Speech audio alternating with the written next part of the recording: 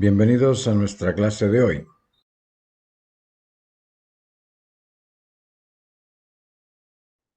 En esta oportunidad quiero hablarles de lo que yo he analizado como origen de la creación. Es mi versión particular, podéis estar de acuerdo o en desacuerdo, bueno, cada uno que busque la fórmula que le acomode. A mí me acomoda esto, así es como lo comprendo y lo quiero compartir con ustedes. Como les digo, es mi humilde opinión, pueden estar de acuerdo o en desacuerdo, pero sí me gustaría que lo vieran y que lo analizaran también y vean si en realidad esto es posible o no lo es. Vamos a hablar del origen de la creación. Ante todo, se deben definir los significados del origen y de la creación. ¿Sabéis? Para pensar, cuando uno habla del origen, como que queda la palabra ahí en el aire. Uno dice, las cosas se originan, pero no pensamos nada más que eso, que se originan. No le damos más importancia a ese concepto porque todos pensamos que entendemos que el origen es originar algo. Y cuando hablamos de creación también, hablamos de creación, se crean, pero en pocas ocasiones nos ponemos a pensar cuál será el significado del origen y cuál será el significado de creación. Vamos a analizarlo un poco. Origen. Si se comprende como inicio de una transformación o de un proceso o secuencia, aquí se está afirmando la existencia de una transformación y del inicio de un proceso. Es decir, cuando estamos hablando del origen como del origen de algo, el origen de una carrera, el origen de una labor, pensamos en eso, pensamos que es el inicio de un proceso de transformación, de un proceso de hacer algo. Transformación y proceso incluye causal y consecuencia. Es decir, cuando hablamos de la creación sabemos que crear es transformar una cosa en otra. Y transformamos la cosa en consecuente con aquello que necesitamos, con aquello que nos interesa, con aquello que esperamos que nos beneficie porque es de utilidad para algo. Origen, en este caso, no solo indica la línea de salida de la carrera, también incluye la carrera entera, es decir, todo el proceso, e incluye también la línea final, el punto de meta, esa finalidad específica que estamos buscando lograr. Es el origen de alguna finalidad específica a donde queremos llegar, que queremos conquistar, que queremos lograr, esa trinidad de aspectos, es decir, que incluye el inicio, el intermedio y el final, están incluidos dentro de ese significado de la palabra origen. El origen de un proceso implica orientación, dirección y recorrido. Esto también es evidente. Es el origen de algo. Quiero cocinar, voy a originar la tortilla que quiero cocinar, ¿vale? Es el origen de la tortilla. O voy a pintar un cuadro, bueno, es el origen del pintar un cuadro. Ahí tenemos una orientación, una dirección y un recorrido. Tenemos que hacer cierta labor para poder terminar la tortilla o para poder terminar el cuadro. Eso es orientación, dirección y recorrido. El inicio de un proceso que termina en algún punto establece distancias. Esto también es cierto. Establece distancias entre el inicio del cocinar o entre el inicio de la pintura y la parte final del cuadro, la parte final de la tortilla. Luego, establece distancias entre un punto originario y otro originado. A eso se le denomina espacio. Y si se origina un punto de llegada y otro de salida, entre ambos puntos se establece un tiempo entre un momento inicial y un momento final. Lógico, ¿no es cierto?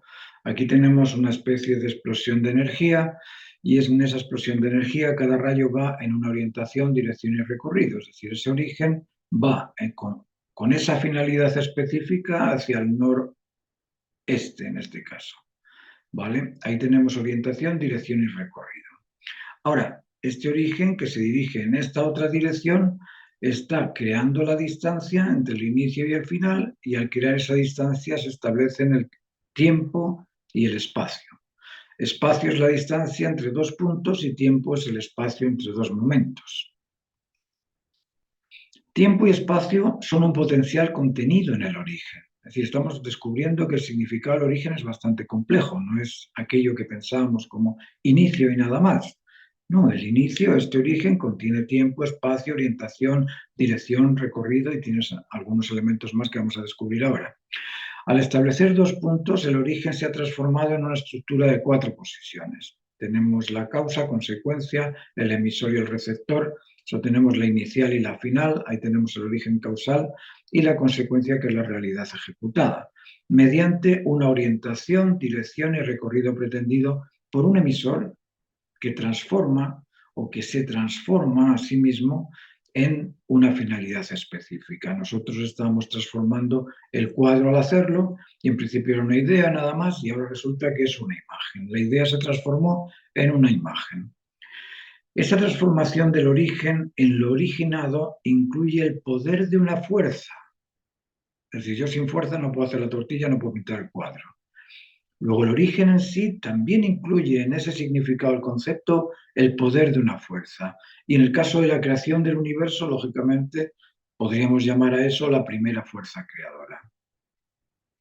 ¿Qué es aquello conocido en la naturaleza del observado que se transforma en sí mismo? Bueno, cuando analizamos la energía, decimos que la energía ni se crea ni se destruye, pero se transforma, es decir, la energía en sí misma se transforma en algo. ¿En qué algo se puede transformar la energía? La energía ni se crea ni se destruye, se transforma, y para transformarse en fuerza, pues sería la primera cosa que puede hacer la energía. La fuerza es presión, intensidad y potencia. Para poder transformarse en presión, intensidad y potencia, la energía ha de poseer en sí misma un poder intencional y selectivo, porque está creando fuerza, no está creando explosión, no está creando viento, no está creando agua, no, está creando fuerza, una finalidad específica, la primera fuerza creadora o la primera fuerza creada. ¿Por qué un poder intencional selectivo? ¿De dónde se saca esto que la energía pueda tener ese potencial intencional selectivo? Porque puede transformarse en algo específico, en este caso la fuerza. Y con la fuerza puede transformarse en otras cosas, ahora lo vamos a ver. ¿Qué es la fuerza? Fuerza es un elemento motriz, es un impulso, es movimiento, eso es lo que es fuerza. El movimiento es una velocidad entre dos puntos durante un tiempo. Eso es el movimiento. Nosotros decimos que la cosa se mueve porque hay una velocidad y porque va de un punto a otro, lógico, durante un tiempo. Luego, la velocidad es igual al espacio partido por tiempo, eso es lo que nos dice la física. Velocidad es el producto de presión, es el producto de la intensidad o de una intensidad, y es también una intensidad derivada de una potencia. Si no existe esa potencia, no va a existir esa intensidad, esa potencia motriz que une al punto inicial con el punto final. Eso es una potencia motriz entre dos puntos. Para que la presión no sea explosiva, ha de ser dirigida, y esa dirección exige del poder intencional selectivo. ¿Se entiende esto, verdad? Luego, si la energía se transforma en fuerza, se transforma en fuerza, no en otra cosa, y al transformarse en fuerza, declara que existe una intención, existe también una selección y existe también un poder contenido en ese transformarse en algo distinto. Eso ha de ser dirigido, y esa dirección exige el poder intencional selectivo que dirija la presión en una orientación durante el recorrido de una dirección. Eso es lo que ocurre cuando la energía se transforma en presión. Consecuentemente, el origen contiene energía intencional, selectiva y poderosa, capaz de transformarse a sí misma en fuerza. Por eso decimos que la energía contiene intencional, selección o selectividad y poder. La ciencia indica que la energía se transforma. Eso es muy común. Lo hemos leído en los libros de física, nos lo dicen los científicos, lo escuchamos miles de veces y lo creemos así. Pero resulta que la ciencia indica que la energía se transforma y nos deja en el aire con esa afirmación porque no nos lo explica. No nos explica las condiciones contenidas en la energía para transformarse en finalidades tan específicas como el hidrógeno. ¿Cómo se transforma la energía en hidrógeno, que es una fuerza? ¿Cómo se transforma en helio, que es otra fuerza? ¿Cómo se transforma en litio? Y todos estos elementos simples contienen un electrón dando vueltas alrededor del protón, el helio contiene dos electrones, el litio contiene 3 electrones, el berilio 4 electrones, y es fuerza, presión, intensidad y potencia de movimiento cíclico o circular o oval. Para que algo se transforme en algo específico distinto, necesita de intención, selección y poder de transformarse en una finalidad específica. Así es como yo lo comprendo, como os digo, es mi humilde opinión, cada uno puede pensar lo que quiera pensar, yo lo veo de esta manera y es lo que estoy compartiendo con ustedes. El origen no es únicamente una palabra amorfa y sin sentido específico. El origen es la primera energía universal. Esa primera energía universal capaz de transformarse en diversas fuerzas con una potencia específica y particular en la intensidad de una presión. ¿Por qué? Porque los átomos, también las partículas, se mueven cada uno a distinta intensidad y con distinta presión. Y debido también a una potencia que hace capaz de mover esa intención o esa intensidad. Fuerza es el poder de una presión, intensidad y potencia. Así es como se define la fuerza. Es poder de una presión y mediante una intensidad, y la potencia de esa intensidad, pues lógicamente está ahí, dentro de esa intensidad. Es un impulso derivado de la intención, selección y poder de la energía que la dirige en la consecución de una finalidad específica. Así decimos que la energía se transforma en elementos simples. Esto la ciencia debería explicarlo, quizá con otros argumentos distintos a los que yo estoy exponiendo aquí, pero a mí me parece lógico que la transformación de la energía en fuerza ocurra mediante esa intención, selección y poder para poder determinar que esto que estoy creando ahora es el helio o es el hidrógeno o es el oxígeno o es el anhídrido carbónico o es algo que estoy generando mediante la transformación. Cada uno de estos elementos simples es diferente al otro y juntos se transforman en nuevas sustancias con propiedades físicas o químicas distintas. Unos son sólidos, otros son líquidos, otros son gaseosos.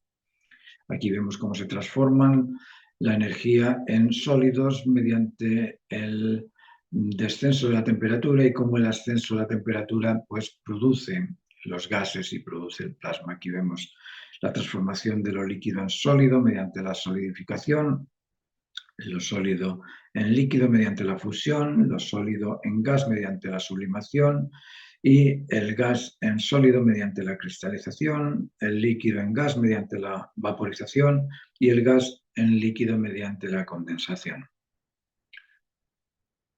Los derivados de la interacción entre un elemento y otro generan la totalidad de las propiedades físicas y estas propiedades se derivan de la estimulación inicial pretendida en la intencionalidad, selectividad y poder de la energía.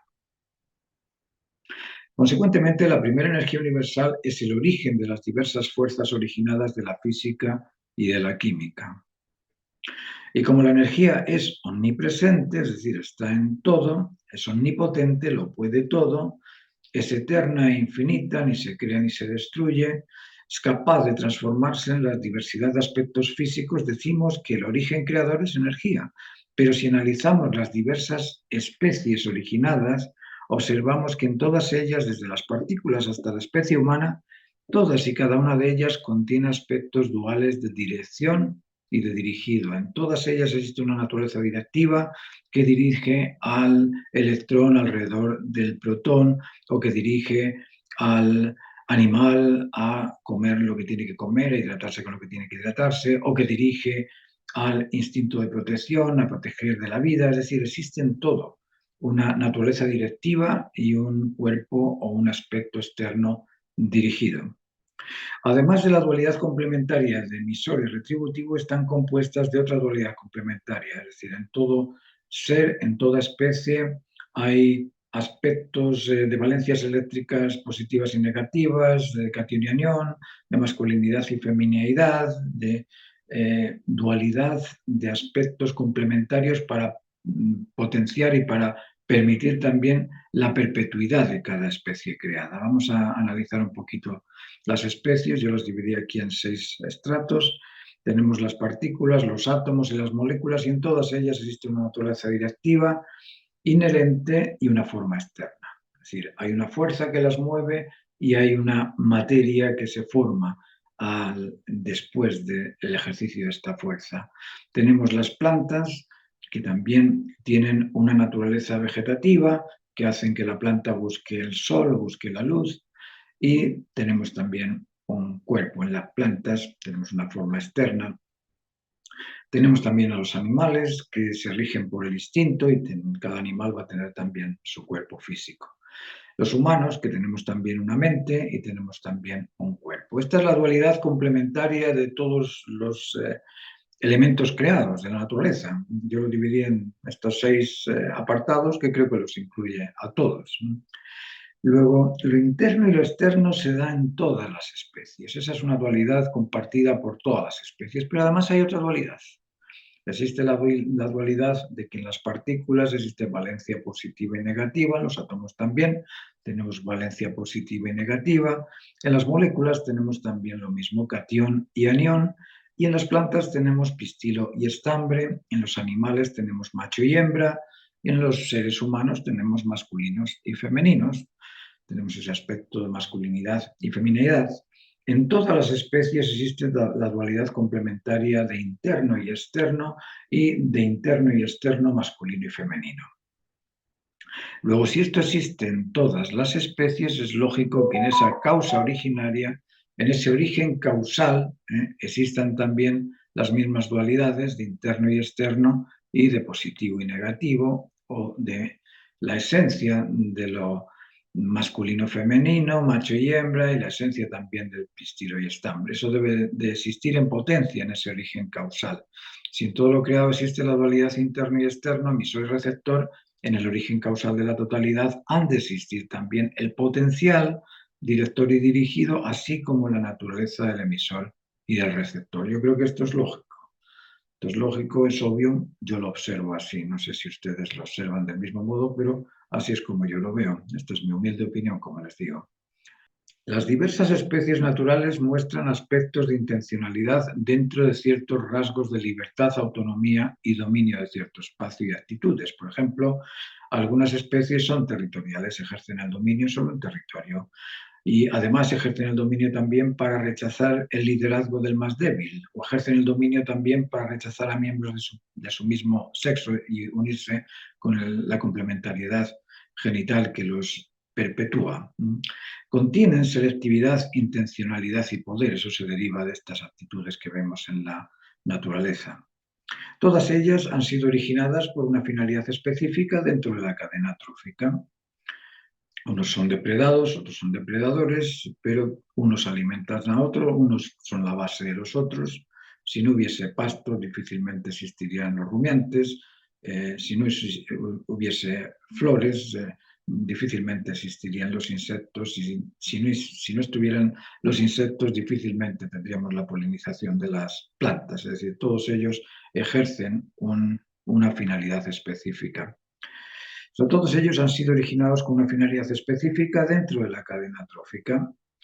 La especie humana originada por el estímulo inicial con una finalidad específica dispone de capacidades sensibles, emocionales, capacidades intelectuales, inteligencia y capacidades creativas o voluntad. Esto se ve también en la naturaleza. Si en la naturaleza de lo creado existen aspectos sensibles, y eso lo podemos observar, por ejemplo, en los animales, en las aves, incluso en los peces también, como el delfín tiene sensibilidad, lógicamente, los animales tienen sensibilidad también, son cariñosos, se sienten vinculados con sus amos, se atraen entre ellos, todo eso existe en la naturaleza, existe esa sensibilidad en los animales, existe también aspectos cognoscitivos. Los cuervos, por ejemplo, lanzan las nueces a las carreteras para que los autos rompan la cáscara y se puedan comer lo que hay dentro. Los perros y los gatos, incluso los leones, tienen también ese reconocimiento de sus amos. Además, en la naturaleza existen aspectos creativos también. Los castores, por ejemplo, hacen represas, las aves hacen sus nidos, los topos andan debajo de la tierra, es decir, tienen poder de crear túneles, de hacer cosas. Y todo esto podemos deducir que el origen del genoma del ADN de cada una de estas especies posee también, acorde con el principio de la causa y efecto, poseen también estas capacidades sensibles, cognoscitivas y motivacionales. Pero cuando hablamos de cognoscitivas, hablamos de que los animales conocen, pero no comprenden. Es distinto a la capacidad que tenemos los humanos. Los animales son sensibles al bienestar de su especie, pero no al bienestar de otras especies. Y crean, claro que crean, pero no son capaces de hacer megaconstrucciones como nosotros. La especie humana dispone de capacidades sensibles, cognitivas y creativas extraordinarias. Sentimos las máximas necesidades ecológicas, biológicas, urbanísticas, sociales. Conocemos y comprendemos las máximas razones, principios, normas, leyes y realizamos megaconstrucciones para el bien común. Es decir, nosotros tenemos una dimensión sensible distinta al que tiene el resto de las especies. Tenemos una dimensión intelectual distinta. Somos capaces de comprender principios matemáticos, de hacer teoremas, de reconocer la geometría. Somos capaces de hacer construcciones. Si nos reunimos todos, somos capaces de ir a Marte. Tenemos una sensibilidad capaz de proteger a las focas, a las ballenas. Somos capaces de preocuparnos por la totalidad de las especies. Eso es algo extraordinario, realmente extraordinario. Ninguna otra especie es capaz de preocuparse por la totalidad de las especies. Nosotros tenemos emoción, tenemos intelecto, tenemos voluntad, pero lógicamente el nivel de esa emoción, de ese intelecto y esa voluntad es en el más amplio sentido, en el sentido macro. Tenemos una emoción capaz de sentirse plena, tenemos un intelecto capaz de reconocer el juicio justo de las razones, de las leyes, de los principios. Tenemos una voluntad capaz de crear cualquier cosa. Eso lo podemos ver hoy en día, que creamos, no sé, fórmulas, máquinas. No lo podíamos ni imaginar. Estas máquinas que te recogen la cosecha y resulta que te la dejan ya embalada en cajas. ¿Quién iba a pensar hace 100 años en estas cosas? Luego podemos deducir que somos la especie capaz de reconocer y de apreciar los valores originarios de la creación. Es decir, nosotros somos capaces de reconocer el valor de la creación. Nosotros comprendemos qué es el valor. Lo significamos. Decimos que valor es la cualidad contenida en el objeto que satisface al sujeto que lo aprecia, siempre y cuando puedas apreciar el potencial del valor que existe en la información de todas las cosas, porque todas las cosas tienen un porqué y un para qué. Luego, si comprendes el porqué y el para qué del qué, tú puedes reconocer la razón justa de ese qué. Es decir, estamos reconociendo valores. Y los valores son algo espiritual, por llamarlo de alguna manera. No son algo medible, pesable, limitado por una morfología, no tienen imagen, pero existen y nosotros los declaramos. Declaramos el amor, declaramos la verdad, declaramos la bondad. Esos son valores. Luego, el ser humano tiene esa capacidad de reconocer no solamente el producto derivado de la fuerza física de la creación, sino también comprender la intención, selección y poder de ese origen primario, de ese primer origen, de esa energía universal primaria. La especie humana sabe que el máximo valor emocional es la vinculación afectiva parento-filial, fraterno-conyugal y filioparental. Cuando hablamos de la felicidad pensamos que la felicidad viene del chocolate, que nos muestra una sensación de placer, o del viaje, que nos hace entretenernos, o de la diversión, que nos divierte, pero no. Cuando nos paramos a pensar en profundidad, nos damos cuenta de que todas esas cosas, si no tenemos padres, si no tenemos madres, si no tenemos hermanos, si no tenemos pareja, quedan cortas. Quedan cortas, ¿por qué? Porque la máxima plenitud, la máxima seguridad, el máximo bienestar se derivan del vínculo afectivo en la confianza y en el respeto parentofilial, fraterno-conyugal y filioparental. Esa es la máxima que podemos establecer los seres humanos. De ser cierto que la máxima sensación es el sentimiento de plenitud, que la máxima razón es la justicia y que el máximo deber es el cumplimiento de lo completo, de ser cierto esto, y que la máxima felicidad humana se deriva del establecimiento del afecto vincular filioparental, que es el primero que hay que establecer. Debería el ser humano establecer ese vínculo afectivo con su origen creador, con el ADN del ser humano, no solamente con los padres y con los abuelos, sino más allá. Deberíamos de conectarnos vincularmente con ese potencial creador de nuestro genoma, Y ese potencial creador de nuestro genoma es la intención, selección y poder de la primera energía universal. Entonces, si somos capaces de vincularnos en el afecto con ese origen creador, que es el parentazgo natural normado, de esa forma podríamos después establecer, consecuentemente, los vínculos fraterno-conyugal entre hermanos y con la pareja y el vínculo parentofilial de ser padre de un hijo. Es decir, si en principio hemos sido capaces de vincularnos con la naturaleza de las normas naturales y nos hemos hecho realizados normales, adultos normales significa que somos adultos normalizados en las normas de convencimiento, en las normas de comportamiento y en las normas de convivencia. Si somos ya maduros en eso, podemos vincularnos con los iguales, con la pareja, con los primos, hermanos y también con nuestros hijos, a los que les podemos enseñar también a ser normados en las normas de la naturaleza de la creación, que esas normas vienen de la primera energía universal. Si todo acto se debe a la razón que lo declara y certifica necesario, esta es una máxima pero categórica, la razón de la especie humana es la de realizarse acorde y consecuentemente con su origen. No sé si esto quedó claro o no, es una frase muy rápida. Si todo acto se debe a la razón que lo declara y certifica necesario, la razón de la especie humana es la de realizarse acorde y consecuente con su origen. ¿Por qué? Porque el origen es la necesidad que lo creó. Y uno debe ajustarse a esa necesidad. ¿Por qué? Porque todo acto se debe a la razón que lo declara y certifica necesario. Se acorde con el origen del genoma de su ADN, la primera energía universal, contenedor del máximo sentimiento de plenitud, justicia y cumplimiento del deber ordenado, deberíamos de realizarnos nosotros. Cuando escucho esta palabra de yo me quiero realizar, ¿y qué quieres ser? Artista. Yo me quiero realizar, ¿y qué quieres ser? Médico. Yo me quiero realizar y quiero ser ingeniero, quiero ser arquitecto, quiero ser electricista. ¿Pero crees que la profesión te va a realizar? ¿No crees que Michael Jackson fue un hombre feliz?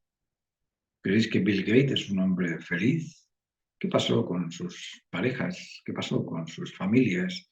¿Cómo se puede sentir feliz el hombre que tiene todo el poder económico del mundo y no está vinculado en el vínculo fraterno-conyugal o no está vinculado en el vínculo parento-filial o filio-parental? Es decir, sí te puedes sentir muy bien con todo aquello que has acumulado y a lo mejor disfrutas de los viajes, de las compras, de las ventas, del conocer esto y conocer aquello, pero mentalmente no puedes decirte que eres una persona normada.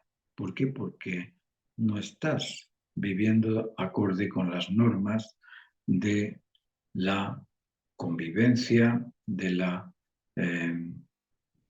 tenemos normas de comportamiento, normas de convencimiento y normas de convivencia. Y esas normas, como os digo, son muy estrictas y si uno las viola, lógicamente se siente fuera de contexto, independientemente de que seas el presidente de las Naciones Unidas. El origen del cosmos es pleno, justo y completo, porque cumple toda finalidad específica, ajustando cada una a su razón de ser y se realizan plenamente. Es decir, cada una de las especies que han sido creadas por la energía se realizan plenamente. El chancho es chancho, el hipopótamo es hipopótamo, el elefante es elefante, la vaca es vaca, todos ellos se realizan plenamente. Ninguno de ellos se sienta a pedir disculpas por lo que ha hecho, ninguno de ellos se siente que le falta algo. No, todos viven, crecen y mueren cumpliendo su finalidad específica. Comprender esto quizá tome su tiempo, pero es el conocimiento que la humanidad necesita para normalizarse en las normas de la naturaleza. Hay otras charlas donde explico las normas de la naturaleza, podéis verlo ahí en mi canal. No puedo ponerlo todo en una presentación, así es que me podéis entender. Hay que ir hablando poco a poco de las cosas. La naturaleza es y está normada, y la especie humana fue creada para normalizarse en las normas de comportamiento, las normas de convencimiento y las normas de convivencia naturales. normas que la inteligencia humana debe descubrir y reconocer para cumplirse y realizarse en ellas. ¿Así se normaliza o no? Yo cuando veo a la gente me dicen, ¿qué tal? ¿Cómo te sientes? No, normal, normal. ¿Comprendes las normas de comportamiento naturales? No, pero me siento normal. ¿Comprendes las normas de convencimiento naturales? No, pero me siento inteligente. ¿Y tu inteligencia, cómo sabes que es una inteligencia ajustada si no comprendes las normas de convencimiento? ¿Y comprendes las normas de convivencia? Sí, no, me siento bien, no tengo nadie, pero me siento bien. Raro. No sé, como os digo, es mi humilde opinión. Yo aquí no estoy abriendo ningún tipo de visión nueva de la naturaleza humana. Estoy analizando la naturaleza para comprenderme yo y comprender también de qué forma madurar. Pero parece que el hombre humano, que el ser humano contemporáneo, esas personas que nos rodean, prefieren seguir ignorándose a sí mismas, prefieren ir buscando el disfrute de los placeres en lugar de realizarse plenamente. Esto yo lo observo también. Hay muy poco interés en comprender estas cosas, muy poco. Yo lo pongo en mi canal y sí, 10 o 20 personas lo miran, pero no mira a nadie más. ¿Por qué? Porque no estamos interesados en realizarnos. Estamos interesados en la ficción, estamos interesados en realizar un artificio de lo que somos, pero no en realizarnos naturalmente humanos. ¿Por qué? Porque no buscamos la humanidad, no buscamos qué es eso del ser humano. ¿Os habéis fijado la cantidad de carreras que hay? Hay carreras de psicología, hay carreras de sociología, antropología, pero ninguna de estas carreras te dicen cuáles son las normas que normalizan al ser humano. Yo no conozco, no sé si habrá, a lo mejor existen y yo las ignoro, pero yo no conozco ninguna carrera que te explique cómo normalizarte en las normas de comportamiento, de convencimiento y de convivencia. Espero que en algún momento eso se dé en las universidades o se dé antes de las universidades, ojalá se dé en los colegios, pero todavía no llega. Parece que prefiere seguir sintiéndose inseguro a sentirse seguro o ajustarse en las normas de su naturaleza. Eso es lo que parece que el ser contemporáneo prefiere seguir sintiéndose inseguro en lugar de ajustarse a las normas naturales. Prefieren entretenerse con el éxito laboral o con el poder o con la fama por sobre la gloria de saberse y sentirse realizado en el potencial del genoma de su ADN. Y nos preocupa.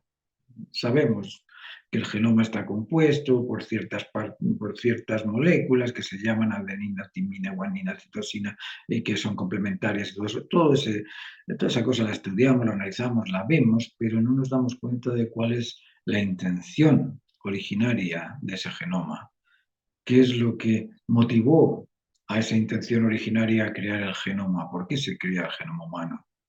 ¿Por qué se crea la especie humana? ¿Para qué existe la especie humana? También se debe a la libertad malentendida.